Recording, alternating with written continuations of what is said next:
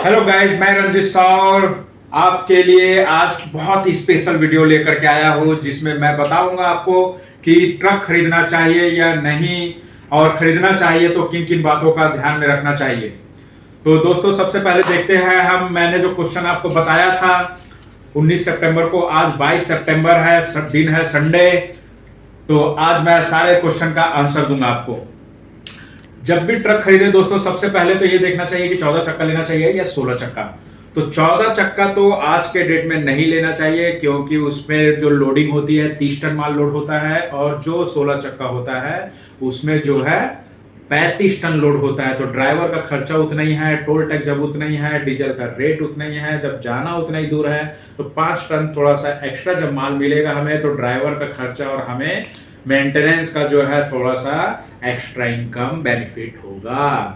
तो जैसा कि मैं आपको बताना चाहूंगा दोस्तों, 16 चक्का लेना चाहिए, क्योंकि 16 चक्के में प्रॉफिट थोड़ी ज्यादा है 14 चक्के की अपेक्षा। हाँ, अगर आपका बजट 14 चक्का में थोड़ा सा इसलिए लेने का अगर सजेस्ट कर सकता हूँ, क्योंकि अगर आपका बजट कम है, छोटा ईएमआई रखना चाहते हैं बहुत ज़्यादा, और कहने का मतलब कि आप यहाँ से स्टार्टिंग जो है नॉलेज लेना चाहते हैं, तो आप वहाँ से स्टार्ट कर सकते हैं। बट फिर भी मैं सजेस्ट करूँगा कि आने वाले समय में 14 चक्का का मार्केट खत्म हो रहा है, 16 चक्का प्रेफरेंस कीजिए। और 16 चक्का लेने से आपको आने वाले समय में बेचने उचने का टेंशन नहीं पड़ेगा, ठीक है। और आने वाले समय में सारा 16 चक्का ही बिकेगा, 14 चक्का का खरीदार कम हो जाएंगे। ओके, तो सेकंड हैंड अभी 16 नए का अगर बात कर, अब सोचना पड़ेगा कि हमें कि नया 16 चक्का लेना चाहिए कि सेकंड हैंड। 16 चक्का भी आज के डेट में अगर नया लेते हैं तो 42 से 43 लाख रुपया पड़ेगा आपको। 2 लाख का पेपर, 2 से 2.5 लाख रुपए का पेपर खर्चा पड़ेगा, और आपको पड़ेगा 5 से 5.5 लाख रुपए का बॉडी केबिन बनाने का खर्चा है। तो लगभग 50 लाख रुपए का खर्चा बैठेगा आपको नए गाड़ी में। अगर आप 5 लाख रुपए डाउन पेमेंट भी करते हैं, 7 लाख रुपया, तो भी आपको 42 लाख रुपए के पीछे कम से कम 1,10,000, 15,000 या 1 लाख रुपए समथिंग आपको ईएमआई पड़ेगा, जो कि मेरे ख्याल से बहुत ही बेकार है अभी के डेट में। क्योंकि क्या होता है, कई बार मार्केट उतार चढ़ाव होता है बारिश के समय, या तो ड्राइवर छोड़कर चले जाता है, या गाड़ी मेंटेनेंस में खड़ी हो जाती है, तो आपका कहीं लोडिंग और लोडिंग में फंस गया तो आपका कहीं ना कहीं ईएमआई टूटने के कगार में आ जाएगा। जब ईएमआई टूटेगा, 3 ईएमआई टूटेगा, तो आपका गाड़ी जो है सीजिंग में चली जाएगा। तो सीजिंग में जैसे ही जाता है तो आपका एनपीए में, कहने का मतलब आपका जो गाड़ी है सीज हो जाएगा, और फिर आपका जो है पूरा मेहनत बेकार हो जाएगा। तो इसलिए दोस्तों, मैं आपको बताना चाहूंगा कि 16 चक्का नया ना खरीद करके स्टार्टिंग पायदान है वो 16 चक्का उनके लिए लेना चाहिए नया, जो पहले से ट्रक लाइन का व्यवसाय कर रहे हैं, जिनके पास पैसा अधिक है और जिनको नॉलेज भी पूरा है, कैपेसिटी उनका ज़्यादा है। अच्छा, 16 चक्का ऐसा नहीं है कि नया लेना बेकार है, पर वो क्राइटेरिया थोड़ा सा अलग लोग फुलफिल करते हैं। अभी आप फर्स्ट ऑनर रहेंगे और फ्रेशर रहेंगे, अभी आप नॉलेज लेंगे, तो ज़्यादा ईएमआई का बर्डन ना लें, ताकि आप एनपीए में ना जाए, आपका सिविल खराब ना हो और गाड़ी सीज होने का नौबत ही ना आए। तो 16 चक्का आपको लेना चाहिए। अब मेरे ख्याल से अभी मिलेगा आपको, अगर 4 साल, 3 साल, 5 साल पुराना भी लेंगे तो 33 लाख, 34 लाख, 35 लाख में अच्छे से अच्छा गाड़ी आ जाएगी आपको। और आपको अब मैं नेक्स्ट जो पॉइंट बताने जा रहा हूं वो है कि कौन सा मॉडल ले, और लीलैंड ले या टाटा ले। तो मॉडल में बात कर लेते हैं कि 4 साल, 5 साल पुराना मॉडल ले सकते हैं आप करंट डेट से, ठीक है। और आप ये ध्यान देंगे कि टाटा लेना है कि लीलैंड लेना है। तो दोस्तों, लीलैंड में क्या खासियत है और टाटा में क्या खासियत है बताना चाहूंगा। लीलैंड में होता है 9 गियर, टाटा में होता है 6 गियर प्लस रिवर्स लेके 7 गियर, और लीलैंड में होता है 9 गियर टोटल, 8+1 रिवर्स लेकर के।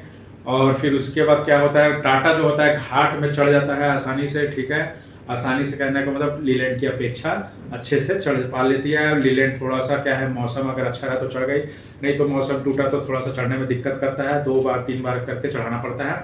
ओके, बैक करके करना पड़ता है, और या तो पत्थर लगा के करना पड़ता है। अब उसके बाद ध्यान देने वाली बात है ये कि टाटा में क्या होता है ना, थोड़ा सा एवरेज 10 से 20 पॉइंट थोड़ा सा कम रहता है लीलैंड की अपेक्षा, पर लीलैंड का थोड़ा सा अधिक रहता है। बट क्या होता है, टाटा में मेंटेनेंस कम है, लीलैंड में मेंटेनेंस ज़्यादा है। मैं खुद ऑब्जर्व किया, टाटा बहुत मजबूत गाड़ी है और भरोसेमंद है। लीलैंड थोड़ी सी क्या है, उतनी ज़्यादा मजबूत गाड़ी नहीं है, मेंटेनेंस बहुत ज़्यादा मांगता है।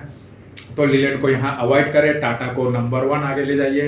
इंडिया की कंपनी है, टाटा पे हमें पूरा भरोसा है।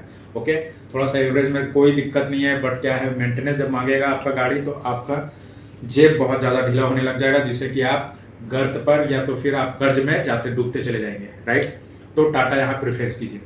अब उसके बाद नेक्स्ट पॉइंट है आपका ईएमआई में ले कि कैश में ले, डाउन पेमेंट कितना का होगा, ईएमआई कितना होगा, ये तो मैंने आपको लगभग शुरू में स्टार्टिंग में बता दिया। अगर आप कैश में लेते हैं तो 35 लाख आपके हाथ में तो कैश है नहीं, ना तो उतना बड़ा अमाउंट से कोई बिजनेस चालू कर सकता है।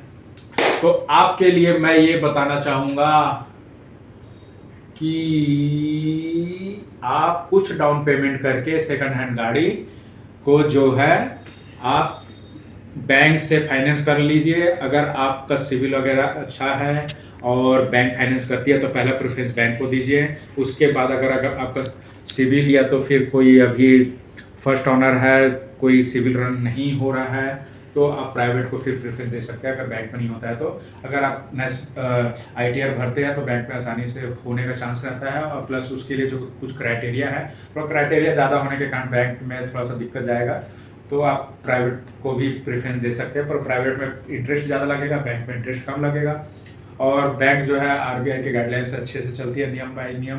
पर प्राइवेट वाले थोड़ा सा मनमानी करते हैं, इसलिए लोगों को परेशानी ज़्यादा झेलना पड़ता है। एक तो गुप्त चार्ज रहता है कुछ, या तो फिर रहता है आपका कहने का मतलब 1-2 महीने में ही किस्त के लिए ज़्यादा परेशान करना, NPA होने से पहले ही हो सके आपकी गाड़ी को रोक लिया जाए, ठीक है। तो ये सब दिक्कतों का सामना करना पड़ता है, और घर में आकर के बहुत ज़्यादा परेशान भी करते हैं। इसलिए क्या होता है, आप जो है बैंक को पहले प्रेफरेंस दीजिए, नहीं हो पाता लास्ट ऑप्शन देखिएगा प्राइवेट, ठीक है, कोई दिक्कत नहीं है। अब उसके बाद हम आगे आते हैं कि गारंटर की जरूरत पड़ती है कि नहीं। जी हाँ, बिल्कुल गारंटर की जरूरत पड़ती है। जो ट्रक जिसके पास पहले से है उसका गारंटर की जरूरत पड़ती है। अगर गारंटर आप देते हैं तो आपका बहुत रेट ऑफ इंटरेस्ट कम रहेगा। अगर आप गारंटर नहीं देते हैं प्राइवेट फाइनेंसर को, तो फिर क्या होता है, आपका रेट ऑफ इंटरेस्ट इतना ज़्यादा हो जाएगा कि बहुत ज़्यादा चुने लग जाएगा आपको, ठीक है। तो गारंटर रखिए आप, कोई दिक्कत नहीं है। यूके भी लेना चाहिए कि लकड़ी केबिन, बिल्कुल यहाँ पर मैं अच्छे से सजेस्ट करूंगा आपको, क्योंकि मैं भुगत चुका हूँ, मैं पछता चुका हूँ। आप बिल्कुल नहीं पछताएंगे और ना भुगतेंगे। आपको जो लेना है वो लेना है, लकड़ी केबिन बनवाना है।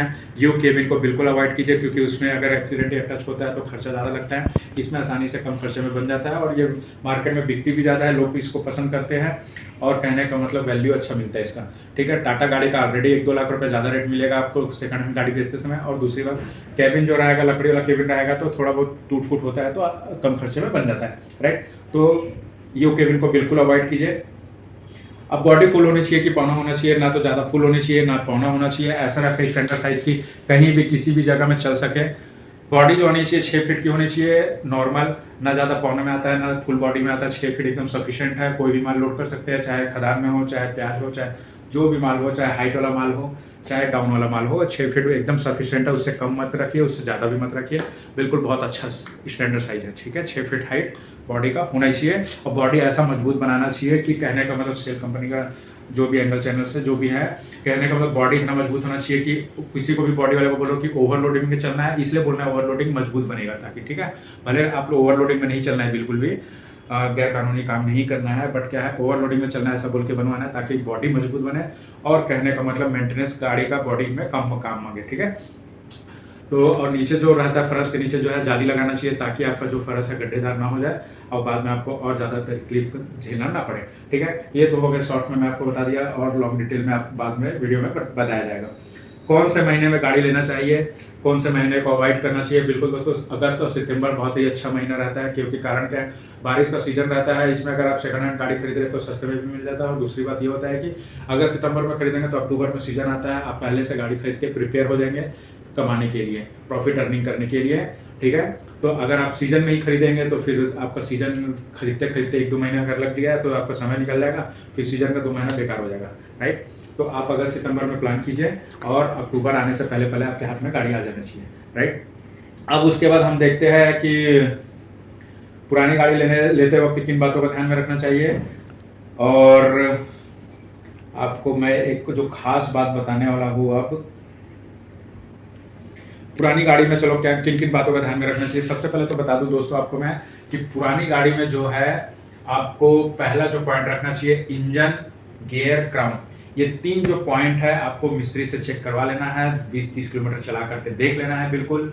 और हो सके तो इंजन मिस्त्री से ये भी बोलना है कि भैया आप साथ में रह करके पूरा वायरिंग केबल वेबल जो भी है, इंजन, क्राउन, या तो फिर अपना क्लच, ब्रेक और साथ में अपना crown oil servicing, hub greasing, ये सब जो है 30-40 किलोमीटर चला करके साउंड वगैरह देख ले, चेक कर ले, और साउंड से ही लगभग पता चल जाएगा कि गाड़ी काम मांग रही है नहीं मांग रही है, और सर्विसिंग इसका कैसा है क्या नहीं है।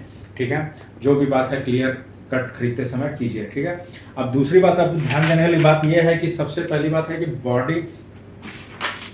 बॉडी और केबिन अपना बहुत ही मजबूत होना चाहिए। बॉडी और केबिन मजबूत होने से क्या है, आपको मेंटेनेंस चलते वक्त नहीं मांगेगा, और जिससे कि आप बार बार गाड़ी खड़े होकर के आपका समय भी लॉस नहीं होगा कमाने वाले समय में, और आपका एक्स्ट्रा पैसा जो है मेंटेनेंस में नहीं जाएगा। टायर पूरा बिल्कुल, जितना अगर 16 चक्का ले रहे हैं तो 16 चक्का में लिफ्टर का छोड़ करके बाकी पूरे कम से कम 12 चक्का होते हैं वो तो पूरे नए होना चाहिए, शोल्डर चाहिए। 16 चक्का का शोल्डर तो बहुत ही शानदार रहेगा।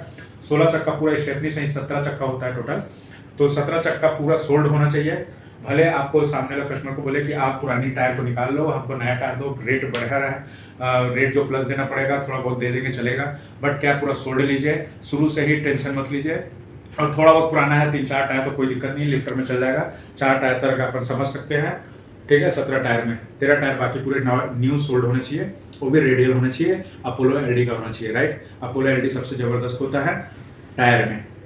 अब उसके बाद देखते हैं कि पेपर में क्या क्या जरूरी है। फिटनेस होना चाहिए कंप्लीट, इंश्योरेंस होना चाहिए, इंश्योरेंस वो भी प्राइवेट कंपनी का नहीं होना चाहिए। कहने का मतलब ऐसा, खासकर मैग्मा को पूरी तरह से अवॉइड कीजिए, और कोई प्राइवेट कंपनी ऐसा रहता है जो एक्सीडेंटल में जो है क्लेम करने में बहुत हाफ रेट क्लेम करती है, या तो नाक के बराबर करती है, या बहुत प्रॉब्लम क्रिएट करती है। इसीलिए जो है मैग्मा को बिल्कुल अवॉइड कीजिए, और ऐसी कोई और मैग्मा जैसे कंपनी तो उससे बिल्कुल दूरी बना के रखिए।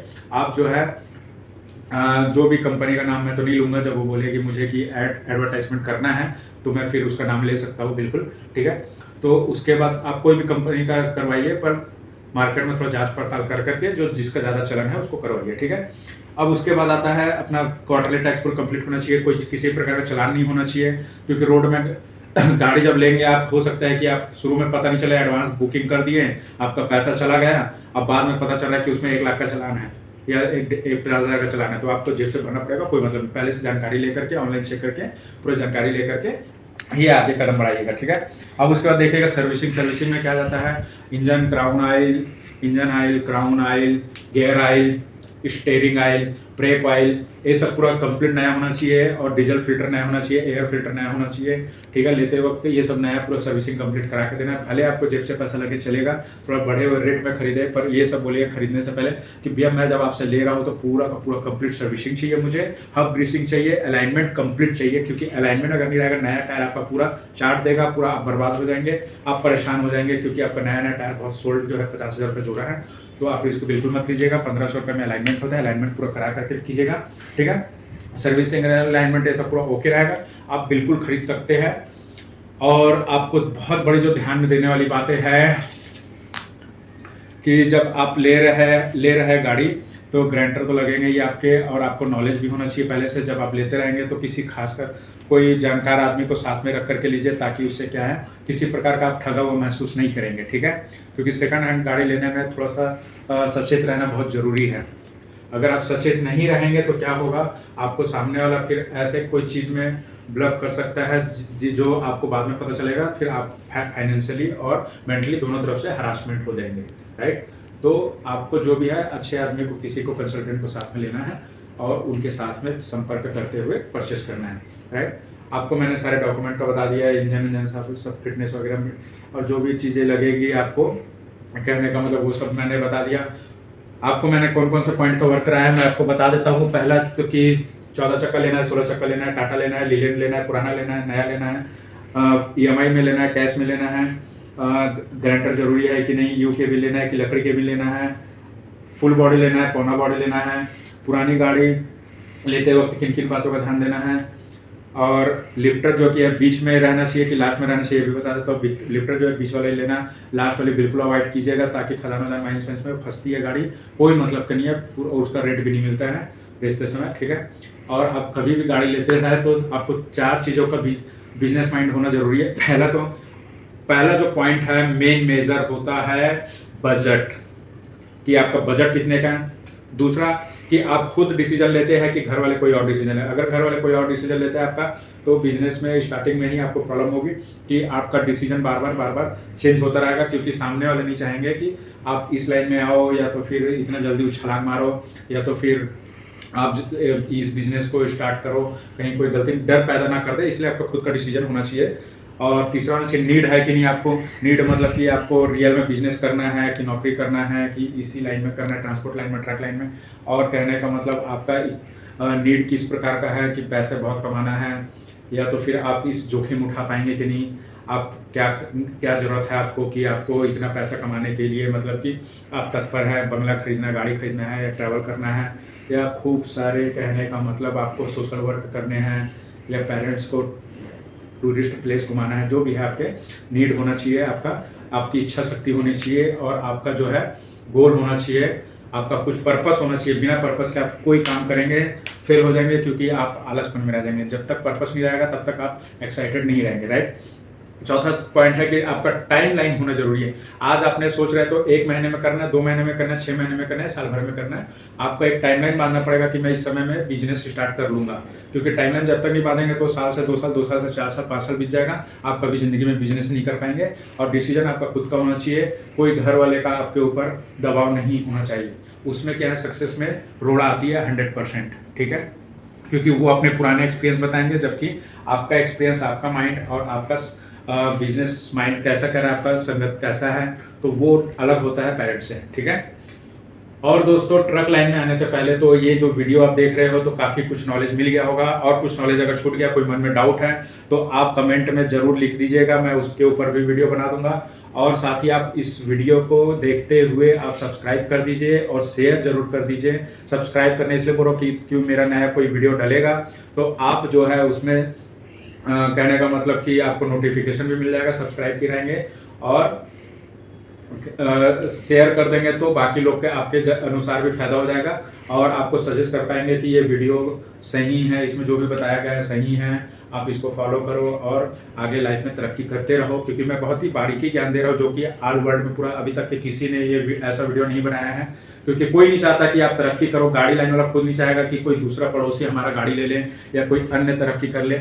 मेरा ऐसा बिल्कुल मकसद नहीं है। मेरा मकसद है कि रोजगार, इंडिया में रोजगार फैलाना और लोगों को ऐसा स्किल प्रोवाइड करना जिससे कि लोग तरक्की करें। आपकी तरक्की में ही इंडिया की तरक्की है, ऐसा मेरा मानना है, ठीक है।